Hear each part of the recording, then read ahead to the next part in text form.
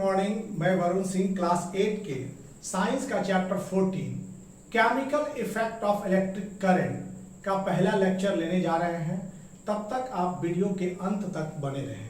तो यहाँ पर हम chapter 14 chemical effect of electric current, ये आपका चैप्टर है chemical effect of electric current. इसका हम पहला lecture chemical effect of electric current में आपने बड़े बुजुर्ग से कहते हुए सुना होगा कि भींगी हाथों से कोई विद्युतीय उपकरण को ना छुएं। कोई भी विद्युतीय उपकरण को आप भींगी हाथ से छूने की कोशिश ना करें, क्योंकि उनमें करंट आते हैं। दूसरी चीज कि वे पदार्थ जिनसे होकर विद्युत धारा, those substance through which electric current is passed, electric current can pass is called good conductor, and those substance through which electric current cannot pass is called poor conductor।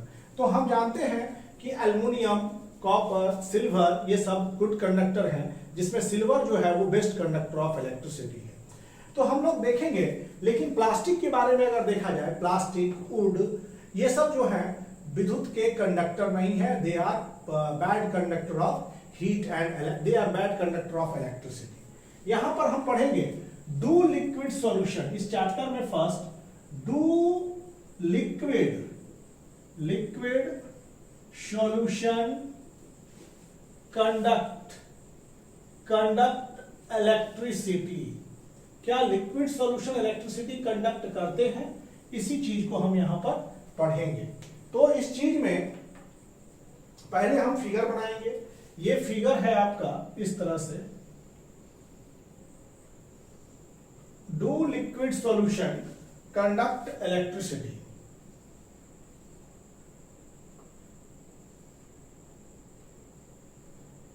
यहां एक कॉर्क है, ये इंसुलेटर है। इस पर हम लोग दो आयरन क्लिप लगाएंगे, लोहा का कांटी। ये इस पर एक आयरन क्लिप इस तरह से लगा हुआ है, 1 सेंटीमीटर की अपार्ट पर ही दूसरा क्लिप। यहां पर भी वही बात है, एक आयरन क्लिप और ये दूसरा आयरन क्लिप, एक आयरन क्लिप और ये दूसरा आयरन क्लिप, दोनों 1 सेंटीमीटर डिस्टेंस के अपार्ट। यहां से होके अब यहां से हम चल रहे हैं, ये वायर इस तरह से होते हुए ये जा रहा है आपको पॉजिटिव टर्मिनल, नेगेटिव टर्मिनल। यहां पर हो गया पॉजिटिव टर्मिनल, यहां नेगेटिव टर्मिनल। और ये इस तरह से होता हुआ यहां एक बल्ब है आपका, जो कि ग्लो करेगा करंट जाने पर। और ये इस तरह से है कनेक्शन, इस तरह से कनेक्टेड है। फिलहाल तो बल्ब ग्लो नहीं करना चाहिए, क्योंकि अभी इसमें कुछ चीज डाला नहीं गया है। अब यहां पर ये हो गया positive terminal, this is negative terminal. ये 2 आयरन क्लिप्स हैं। और यहां पर हम लोग वही चीज को यहां पर रिप्रेजेंट कर रहे हैं।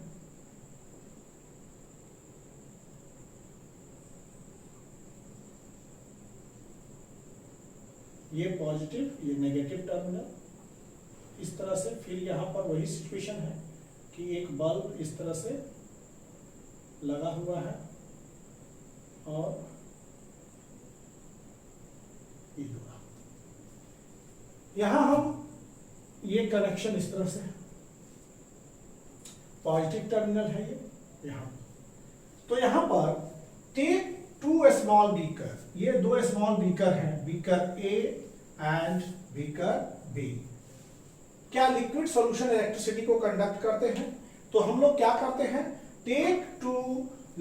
Take a small beaker, fix 2 iron nail. ये क्या है आपका आयरन नेल है, this is iron nail on a rubber cork. ये क्या हो गया, रबर कॉर्क हो गया, rubber cork about 1 centimetre apart. यहां से यहां का जो डिस्टेंस है वो है 1 सेंटीमीटर अपार्ट।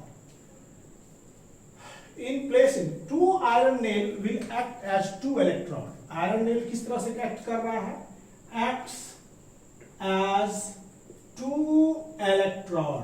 ये 2 इलेक्ट्रॉड की तरह कार्य कर रहा है, acts as 2 electrode. Connect the two nail to the two terminal. इस नेल को आप पॉजिटिव टर्मिनल से कनेक्ट किए हैं और इस नेल को आप नेगेटिव टर्मिनल से कनेक्टेड किए हुए हैं। मतलब two nails will act as two electrodes and two nails क्या होते हैं, two terminal of a battery से कनेक्टेड है। Two nails are connected to two terminals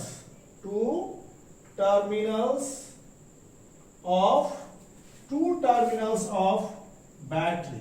ये दोनों नेल जो है एक पॉजिटिव और दूसरे नेगेटिव टर्मिनल से जुड़े हुए हैं, इंक्लूडिंग ए टॉर्च बॉल। इसमें यहां पर लगा हुआ है torch ball, including torch ball, torch इसमें टॉर्च बॉल लगा हुआ, and switch in the circuit. यहां पर स्विच है and switch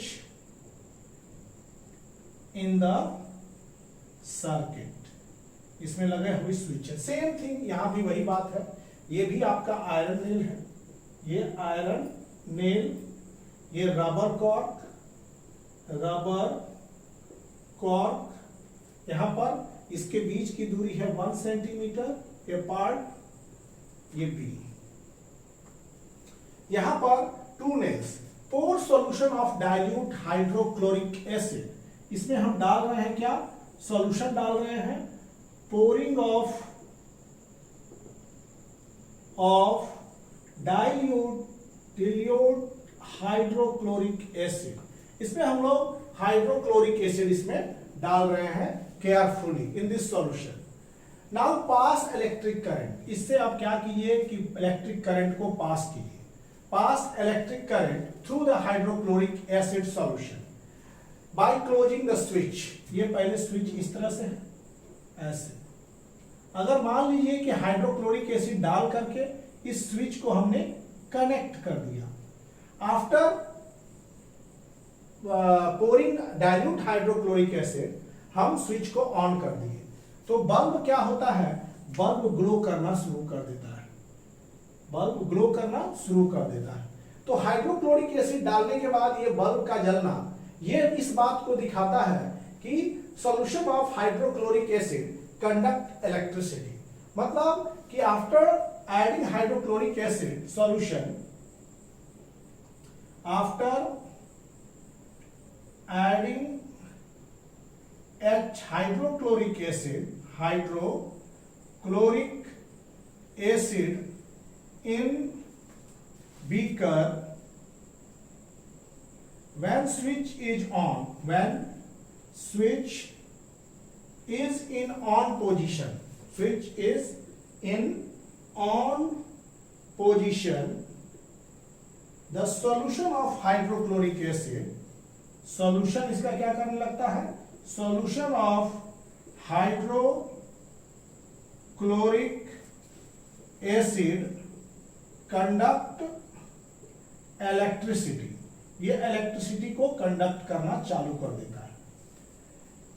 conduct the glowing of bulb in this case, जैसे कि मान लीजिए जब स्विच ऑफ रहेगा और इस तरह से सिचुएशन है, बल्ब नहीं जल रहा है, ये बल्ब इज नॉट ग्लोइंग। जैसे हाइड्रोक्लोरिक एसिड इसमें डाले और स्विच ऑन की, दोनों को पॉजिटिव नेगेटिव टर्मिनल जैसे कनेक्ट करते हैं, तो ये बल्ब में ग्लोइंग चालू हो जाता है, बल्ब ग्लोज, ये बल्ब ग्लो करना शुरू कर देता है। तो यहां पर glowing of bulb in this case tells us that hydrochloric solution good conductor of electricity. Bulb glows that, बहुत ब्राइटली ग्लो कर रहा है, बल्ब अगर ब्राइटली ग्लो कर रहा है तो समझिए कि बहुत गुड कंडक्टर है इलेक्ट्रिसिटी का। If bulb glows brightly, the bulb glows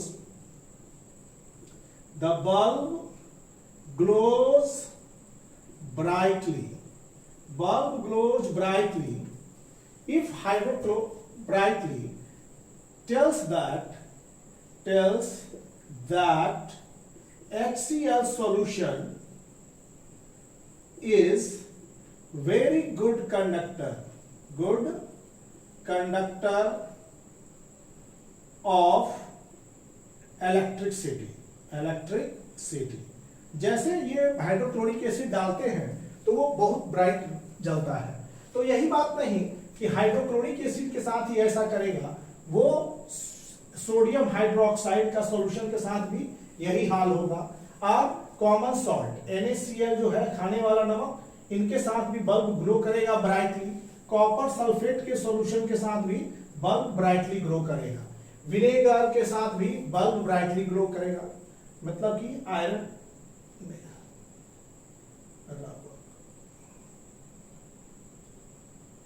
bulb केवल जो है डाइल्यूट हाइड्रोक्लोरिक एसिड डालने पर ही नहीं जलेगा।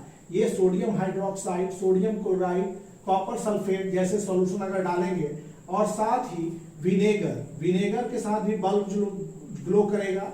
और लेमन जूस के साथ भी बल्ब आपका ग्लो करेगा। इनके साथ भी लेकिन ये जो है हम लोग हाइड्रोक्लोरिक एसिड की जगह पर इन चीजों को डाल के अगर एक्सपेरिमेंट करेंगे तो we will find the same thing. हम लोग एक ही चीज पाएंगे कि इन सब को डालने के बाद भी बल्ब क्या कर रहा है, ग्लो कर रहा है। तो जो सॉल्यूशन हम लोग डालने के बाद इलेक्ट्रिसिटी कंडक्ट करना शुरू कर देता है, तो वैसे सब्सटेंस को हम लोग इलेक्ट्रोलाइट कहते हैं। तो ये सब क्या है, HCl, hydrochloric acid, sodium hydroxide, sodium chloride, copper sulphate, vinegar, ये सब क्या हो गए, ये सब के सब हो गए इलेक्ट्रोलाइट। इनको कहते हैं हम लोग इलेक्ट्रोलाइट कहते हैं। These are called electrolyte. तो इसमें होता क्या है, तो सॉल्यूशन ऑफ सोडियम हाइड्रोक्साइड, इसमें solution of sodium hydroxide so called caustic soda, sodium chloride, नमक, कॉपर सल्फेट, ये सब vinegar, lemon juice, all conduct electric current, so they are called electrolyte. Electric current, so they are called electrolyte। और इसको हम लोग क्या कहते हैं, जो इलेक्ट्रिसिटी को कंडक्ट करेगा, ऐसे सब्सटेंस को हम लोग कहेंगे इलेक्ट्रोलाइट। अगर बात करें इस एक्सपेरिमेंट के साथ एक और एक्सपेरिमेंट की, जिसमें हम शुगर के सॉल्यूशन को यूज करें, ये तो आपको मालूम हो गया कि ये सब कंडक्ट करेंगे इलेक्ट्रिसिटी का। अब हम दूसरा एक्सपेरिमेंट कर रहे हैं शुगर सॉल्यूशन के साथ। ये बल्ब का ग्लो करना, यहां पर अगर हम देखते हैं,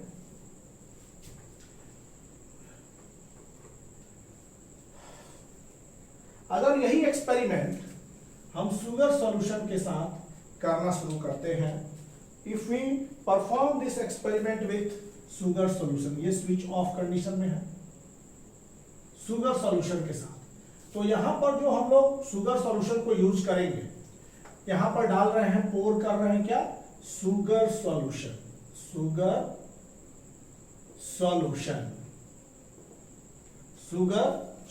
डाल दिए। शुगर सॉल्यूशन डालने के बाद क्या हो रहा है कि यहां पर एक बल्ब था, ये बल्ब जो था इस तरह से कुछ था और ये ग्लो कर रहा था। बल्ब वाज ग्लोइंग, पहले ग्लो कर रहा था। यहां पर इस तरह से बल्ब है स्विच ऑफ कंडीशन में, बल्ब में कोई करंट पास नहीं हो रहा है, तो बल्ब क्या है, स्विच ऑफ कंडीशन में। शुगर सॉल्यूशन जैसे इसमें डालते हैं तो क्या होता है कि बीकर एंड इसको क्या करते हैं, अब स्विच ऑन, शुगर के सॉल्यूशन को इसमें डाल दिया हमने और इसको क्या किया, स्विच ऑन कर दिए। No bulb glows, bulb doesn't glow, bulb क्या होता है, नहीं जल पाता है, bulb does not glow. Sugar solution do not contain conduct electricity. तो यहां क्या कर सकते हैं कि upon switch on sugar solution do not conduct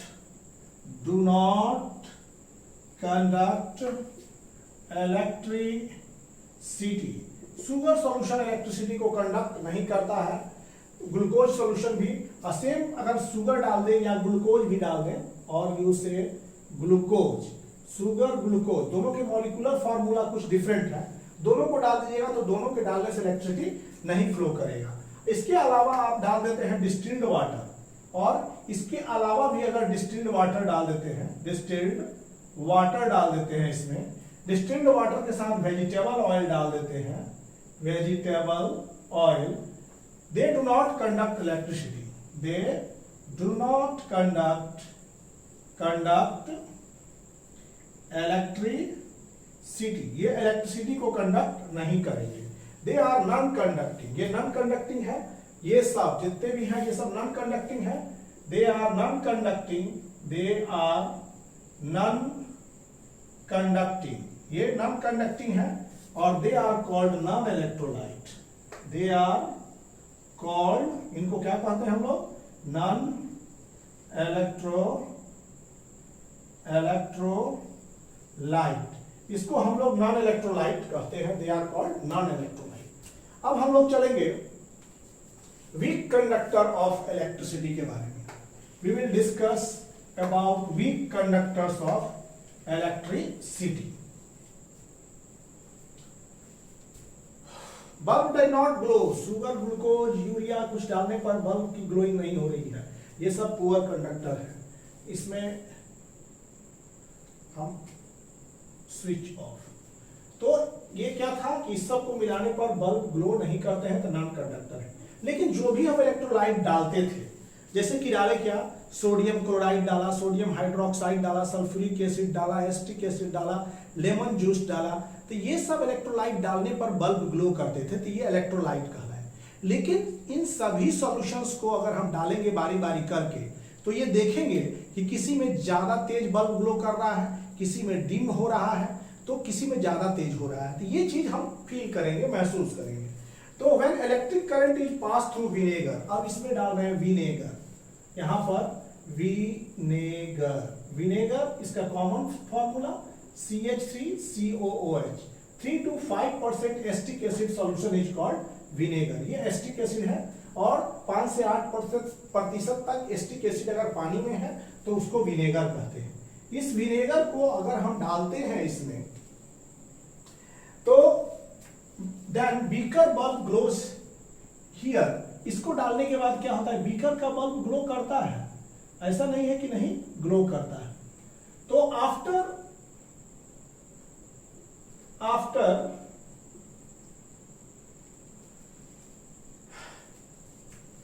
when electric current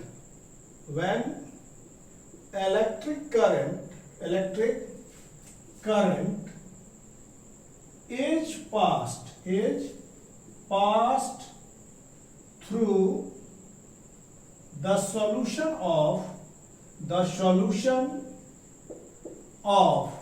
electric current is pass through solution of vinegar, ये अगर विनेगर से पास किया जाता है, the bulb glows dimly, the bulb glows dimly, bulb जो है एकदम धीमा धीमा जलना शुरू करेगा, बल्ब ग्लोज डिमली, एकदम धीमे करके ग्लो करेगा। दिस डिम ग्लोइंग क्या इंडिकेट करता है, what is dim glowing of bulb? तो डिम ग्लोइंग ऑफ बल्ब जो है इंडिकेट करता है conduct electricity but weak. dim glowing bulb क्या इंडिकेट करता है, weak electrolyte, shows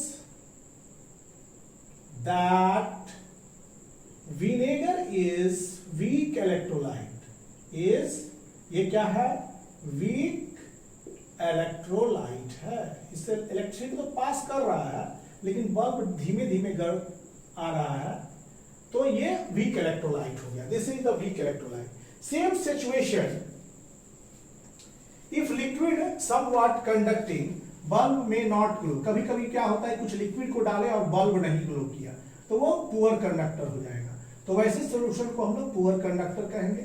इससे ग्लो करेगा लेकिन डिमली, लेमन जूस भी डालेंगे तो उससे डिम ग्लो करेगा, मतलब ये सब वीक इलेक्ट्रोलाइट हो गए। तो वीक इलेक्ट्रोलाइट से बल्ब क्या होता है, डिम ग्लो करता है, ये हो गया। यहां पर बट वीक कंडक्टर, कभी कभी किसी लिक्विड के केस में जैसे दूध डाल दिए, दही डाल दिए, तो वो क्या होगा कि वो नहीं बल्ब जलेगा। हो सकता है कि उससे बहुत कम करंट पास कर रहा हो, लेकिन ये बल्ब ग्लो नहीं करता है। तो मतलब बल्ब जब नहीं करता है तो उसको क्या कहते हैं, पुअर कंडक्टर। ऐसे चीज को हम लोग पुअर कंडक्टर। अब detection of weak current, weak current को हम लोग कैसे डिटेक्ट करेंगे?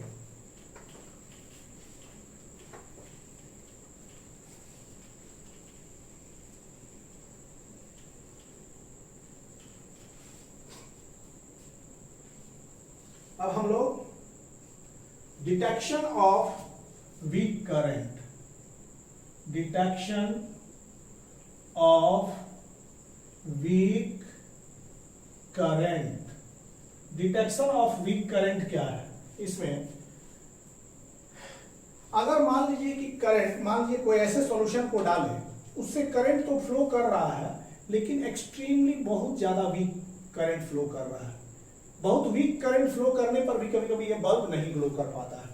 Current flowing through circuit is too weak, then अगर करंट किसी सर्किट से फ्लो कर रहा है, वो बहुत वीक है, तो then heating effect produced by current in filament, अगर किसी सर्किट से करंट फ्लो कर रहा है लेकिन एकदम वीक है, मान लीजिए कि एकदम वीक है, कोई मान लीजिए कोई सॉल्यूशन हम डाल दिए, अगर इससे करंट फ्लो कर रहा है, एक्सट्रीमली वीक करंट इससे जा रहा है, तो भी ये बल्ब नहीं ग्लो कर पाएगा, because the current in a circuit is too weak, then heating effect produced in a current in the filament, इतना हीटिंग इफेक्ट कम होता है कि ये बल्ब को ग्लो नहीं कर पाता है, और does not gate heated sufficiently and hence bulb do not glow.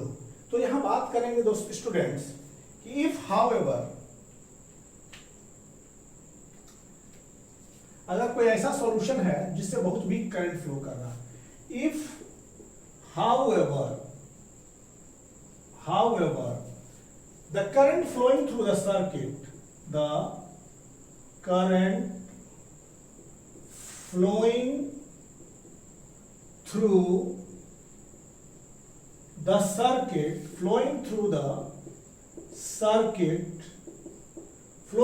circuit, is too weak,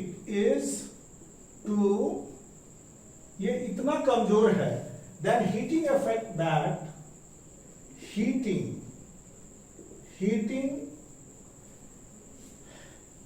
effect produced by current, heating effect produced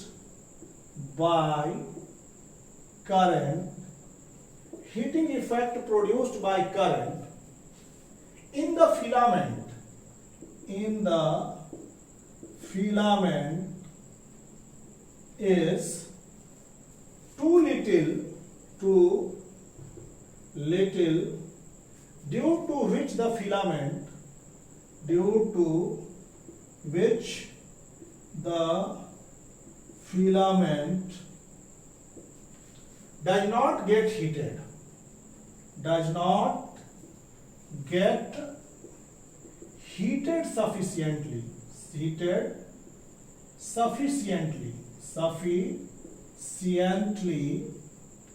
and hence bulb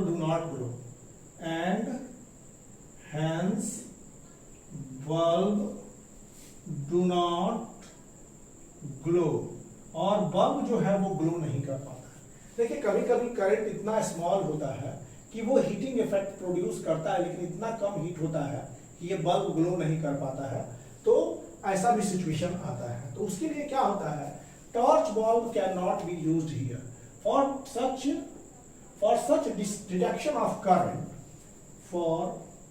such detection of current, detection of a small current, torch bulb cannot be used, इसके लिए हम लोग torch bulb का प्रयोग नहीं करते हैं। And to detect weak current flowing through the liquid circuit, अगर इस लिक्विड सर्किट से बहुत वीक करंट होता है, तो हमने पहले बताया कि वीक करंट हीट प्रोड्यूस करेगा लेकिन कम करेगा, जिसके कारण जो है ये बल्ब का फिलामेंट जल नहीं पाएगा।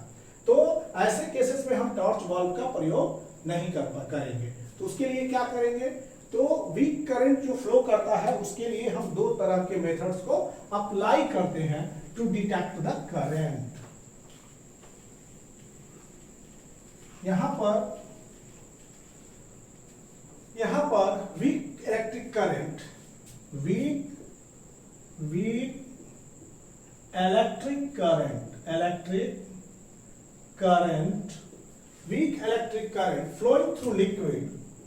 flowing through liquid can be detected. Flowing through liquid can be detected in two ways, दो तरह से डिटेक्ट कर सकते हैं। बाय यूजिंग एलईडी, पहला जो है बाय यूजिंग एलईडी का यूज करके हम लोग यूज करेंगे। मैग्नेटिक कंपास होता है, बाय यूजिंग कंपास नीडल में वीक करंट डिफ्लेक्ट करता है बाय यूजिंग कंपास। ये चीज by using LED, by using compass. तो हम लोग एलईडी का उपयोग कब करते हैं? तो एलईडी वीक करंट को डिटेक्ट करने के लिए हम लोग टॉर्च बल्ब को रिप्लेस करके फॉर डिटेक्टिंग वीक करंट किसको डिटेक्ट करना है हमको? Detecting weak current in place of torch bulb,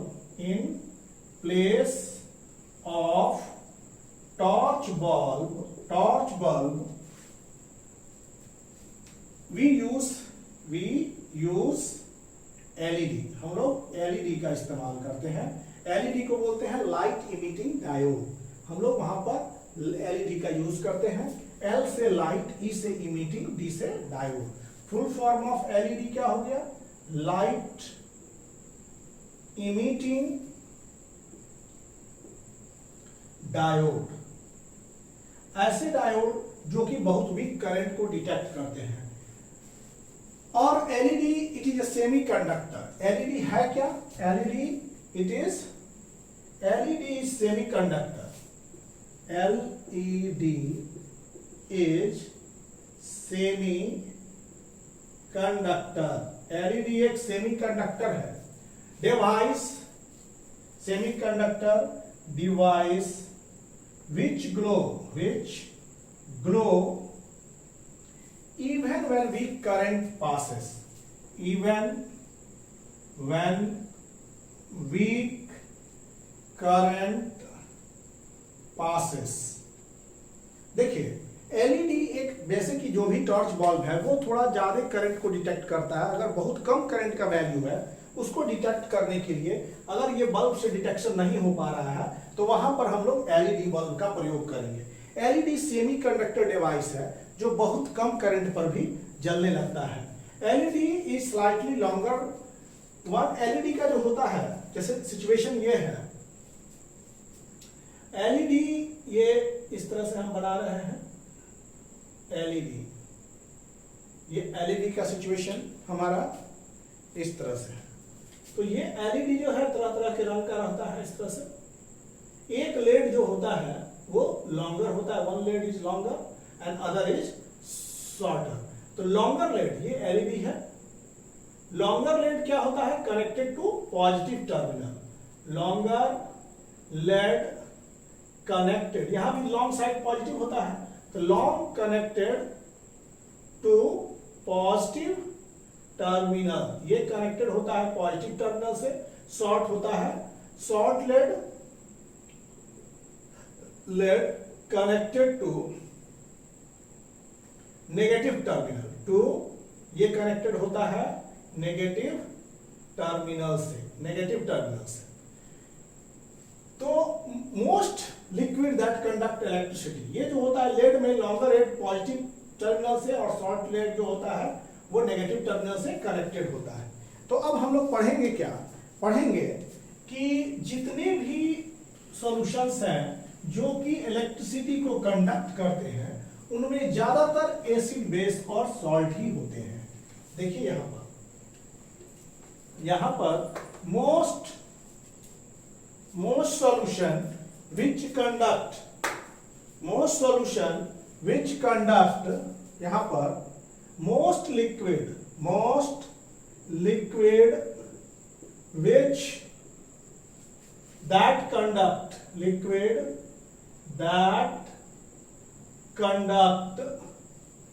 electricity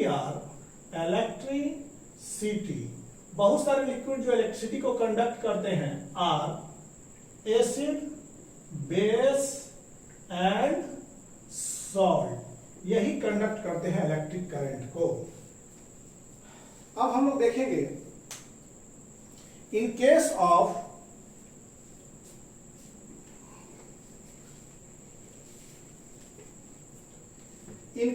distilled water, tap water, in case of distilled water,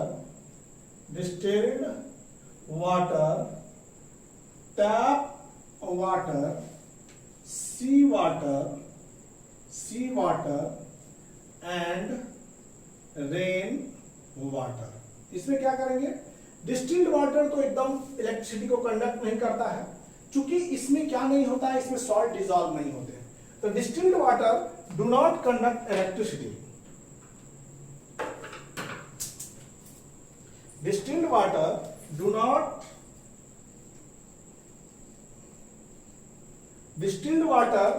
not conduct electricity.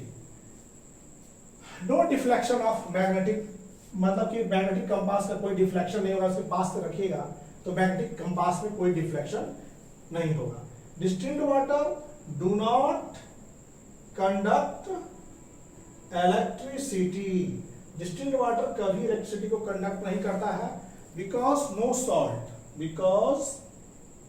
Of no salt, इसमें कोई लवण नहीं होता है। But on dissolving salt, distilled water देखिए ऐसे इलेक्ट्रिसिटी को conduct नहीं करता, लेकिन इसमें जैसे सॉल्ट डालेंगे वो कंडक्शन चालू हो जाएगा। डिस्टिल्ड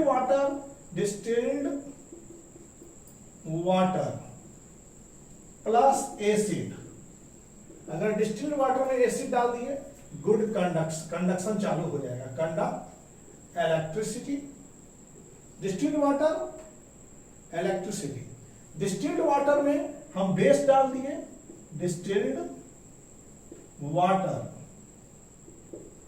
प्लस बेस, ये क्या करेगा, कंडक्ट इलेक्ट्रिसिटी।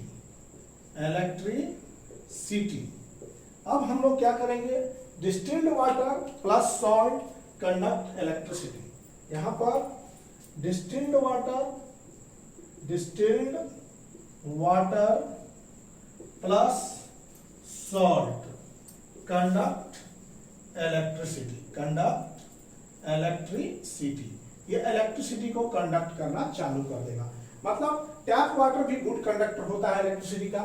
तो स्टूडेंट्स, आज का जो चैप्टर 14 है chemical effect of electric current का पहला लेक्चर यहीं समाप्त हो जाता है। So thank you for watching the videos, please like, subscribe and share the channel. Thank you please.